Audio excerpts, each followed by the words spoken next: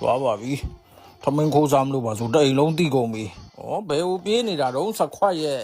အမြောင်သေးလေးစောက်ထိုးကြီးဘာလုပ်နေရလဲကိုမြောင်သေးလေးကြည့်ကောင်းလားကိုမြောင်ဘယ်ကိုကြည့်ရမှာလဲယောဂဆော့ပြနေရလေကြည့်ကောင်းလားလို့အဲ့ဒါယောဂဆော့နေရလား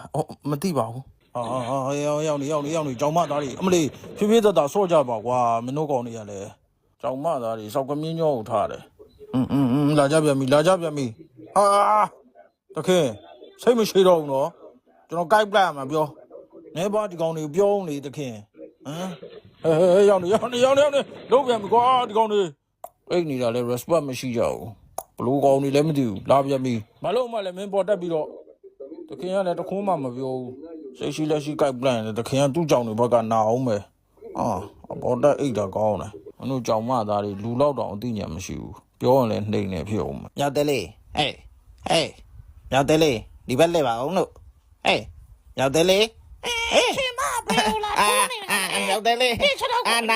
နားရဲမလုပ်တော့ဘူးလို့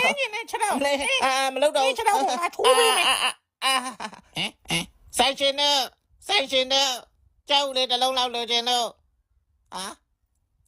တယောက်မှလည်းမရှိကြဘူးကြည်ပွားအောင်မချမ်းသာအောင်မယ်ရောက်မဲ့လူမရှိတော့ငါလကားယူသွားပြီကိုဖိုက်စားကြလားစားကြလားစားလားတော်လာမနောက်နဲ့ကျွေးတာလည်းမဟုတ်နည်းနည်းကိုက်နည်းနည်းကိုက်ရပါစကြီးရောအတင်းဖဲတော့မင်းတကယ်ကျွေးရလည်းမဟုတ်ပဲနဲ့ကွာကျွေးရတော့ကျွေးရလေအများကြီးတော့မကိုက်နဲ့လေငါပြောနေတော့ရှိသေးတယ်မကိုက်သေးနဲ့လေကွာငါကိုက်ဆိုငါကိုက်လေမင်းရတယ်နေအောင်လို့တော်ပြီးအောင်မစားတော့ဘူးရောရှိကန်းချက်တွေများတယ်မင်းအောက်ကြနောက်ကြခံရလကားစားရစားတကယ်ကျွေးတာနည်းနည်းပဲကိုက်နော်နည်းနည်းပဲကိုက်